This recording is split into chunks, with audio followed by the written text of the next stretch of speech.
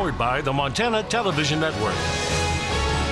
This is the Noon News from Montana's news leader. A very good Monday afternoon, and thanks so much for starting your week off with us here on the Noon News. I'm Samantha Sullivan. The Trump administration says the president's threat to shut down the border with Mexico is no bluff.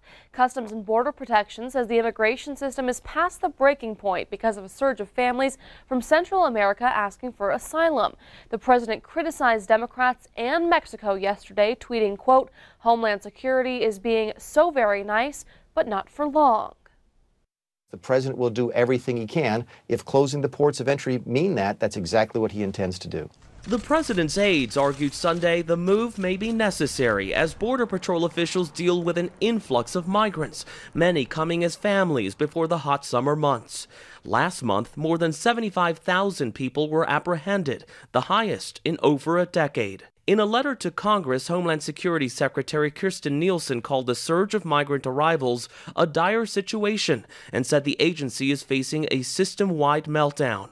There's a very good likelihood that I'll be closing the border next week, and that'll be just fine with me. President Trump blamed Mexico and other Central American countries Friday for not stopping caravans of migrants moving toward the U.S. border. And on Saturday, the State Department cut off U.S. aid to El Salvador, Guatemala, and Honduras. A decision Democrats warned could worsen the humanitarian crisis. Presidents cutting off aid to these countries will not solve that problem. Back at the border, there are concerns a shutdown could hurt businesses and consumers in the U.S. Many people from Mexico come here to buy things they need. Trade between Mexico and Texas here along the El Paso border crossing alone totaled more than $80 billion last year, and thousands cross every day just to go to work. The president is set to visit the border on Friday when he will be in Calexico, California. Manuel Bojorquez, CBS News, El Paso. Back here at home, one person is dead following a rollover crash just after midnight in Roosevelt County.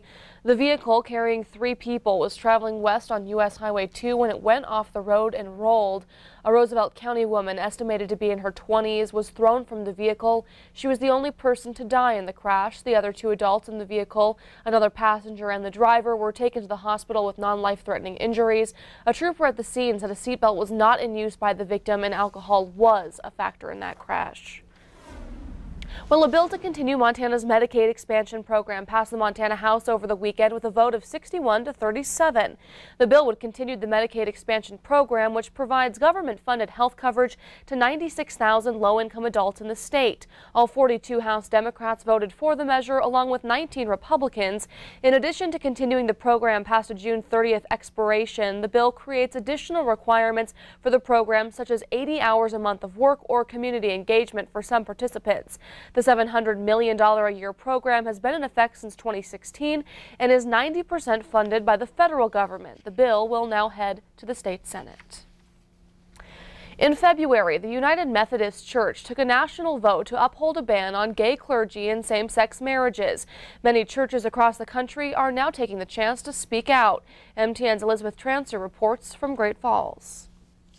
Karen Oliveto, the bishop who leads Methodist churches in the Northwest, just so happens to be the church's first openly gay female bishop. They recognized in her that she had the spiritual gifts and graces and the leadership to be bishop. When the vote to uphold a ban on gay clergy and same-sex marriages happened in February, churches in Great Falls took to social media. In fact, 2 local congregations spoke out against the move. So there's a lot of pushback in our particular jurisdiction and in this conference over the decision. First United Methodist Church Reverend Jeff Wakely says the decision was a result of a disagreement that dates back to 1972. The idea was to press upon the conferences that they could not ordain gay clergy. The second plan was what was called the One Church Plan, which allows for each conference and jurisdiction the latitude to make the decision for themselves. He says that because this religion is so widely practiced, different jurisdictions have different interpretations of church doctrine. We're much more open to inclusion of LGBTQ in the Western jurisdiction compared to, say, the South Central, where they're much more conservative in that way. Wakely says it's not a new problem, and like many religions, Methodism is struggling to adapt to today's norms. All churches are dealing with the fact that we're always one step behind culture.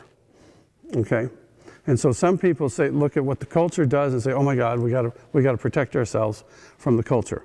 We got to protect people from what's happening in the culture. But rather than resisting new lifestyles, Wakely says he's going to embrace them. While his congregation has lost members due to their stance, he doesn't plan on turning anyone away. We have several gay couples in our congregation who have been in committed relationships. Whatever is done at the general conference level is not going to keep us from doing what we do. And in this particular church, First United Methodist here in Great Falls, we are an inclusive church. And by that, everybody's welcome. In Great Falls, Elizabeth Transu, MTN News. Now over in Billings, Grace United Methodist Church stated in a Facebook post that, quote, all are welcome.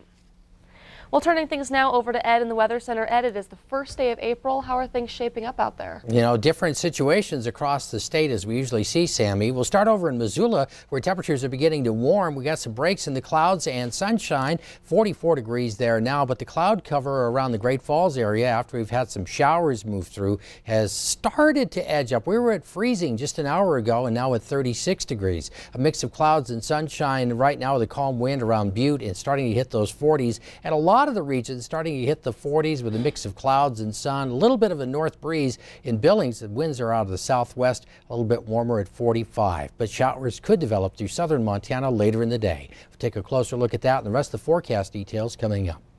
Thanks, Ed. As Montana Highway Patrol Trooper Wade Palmer is recovering from gunshot wounds in a Salt Lake City hospital, family, friends, and many others are continuing to rally support back here in Montana. The Evero Bar and Casino hosted a benefit over the weekend to help the Palmer family with their medical costs. Trooper Palmer was shot in the bar parking lot, still seatbelted into his patrol car. Friends, strangers, and community members are having drinks and leaving donations to support the injured trooper. And the Missoula community came together over the weekend as well to celebrate the life of 28-year-old Shelly Hayes, who was killed in that same incident. Friends remember Hayes as the glue that bonded his family together. For a third time, a 19-year-old woman is making an 80-mile journey on foot to raise awareness for the missing and murdered Indigenous women. Marita Growing Thunder is walking around the Flathead Indian Reservation this year in honor of Jermaine Charlo, who went missing almost a year ago in Missoula. Growing Thunder plans to make the walk in 4 days, ending at the border of the reservation on Sunday. She's joined by Charlo's grandmother and about a dozen other community members and activists. Well, coming up here on the Noon News, hundreds take to the ice this weekend for a special cause in Helena. But first, how will the weather treat us this first week of April? Ed has all the answers in his full forecast right after the break.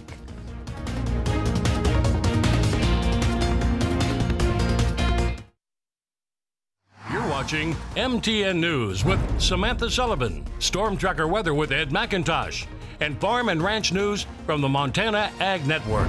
This is the Noon News on Q2, Montana's news leader.